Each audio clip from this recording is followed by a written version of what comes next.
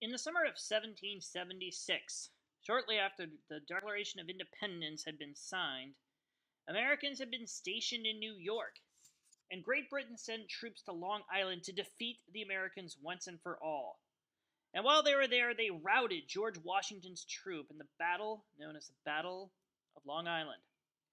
The Republic was just a few weeks old, and already all hope seemed lost. To top it off, smallpox had been a major killer in the Continental Army, which was already small to begin with. It seemed like the Americans were just about to lose the war. Now, we can talk about Americans wanting freedom and rights and blah, blah, blah, but at the end of the day, there is only one thing that really keeps morale going, that keeps people wanting to fight and fight and fight, and that is victory. Washington knew that he needed to win a battle pronto if the war was going to keep moving.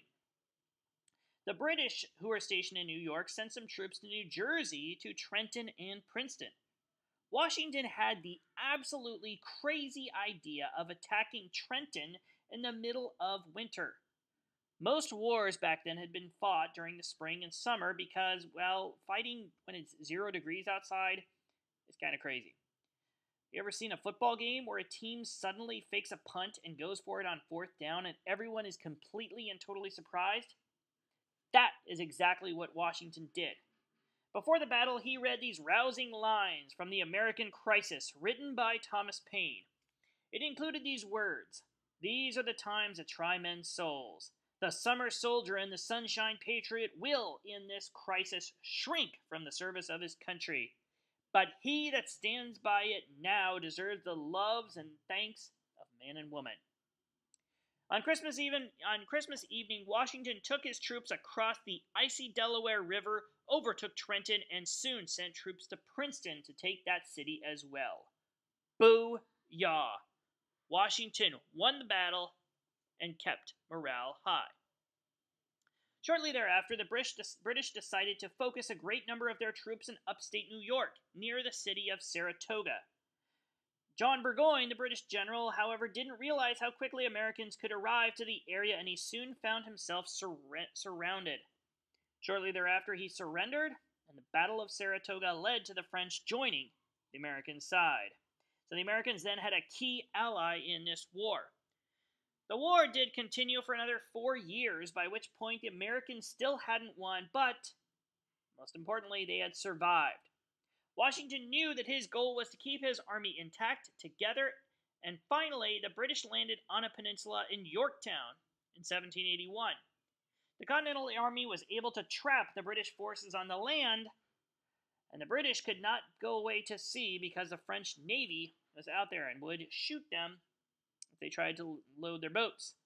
Lord Cornwallis, who was the British general, had no choice then but to surrender, which ended the war, and 2 years later, the Treaty of Paris was signed in 1783, which formally gave Americans the independence. So this brings us to the big question: why did the Americans win? One reason is that it is always hard for an occupying army to defeat another nation. It is easier for the home nation to produce more soldiers for the fighting, more food for the fighters, and also the longer a war goes on, the more the occupying nation, like the British, loses the will to fight. Most Americans today don't really want to keep fighting and fighting and fighting in the Middle East because we've been there a long time. Occupying nation, when you're fighting a war thousands of miles away, you eventually get tired of it.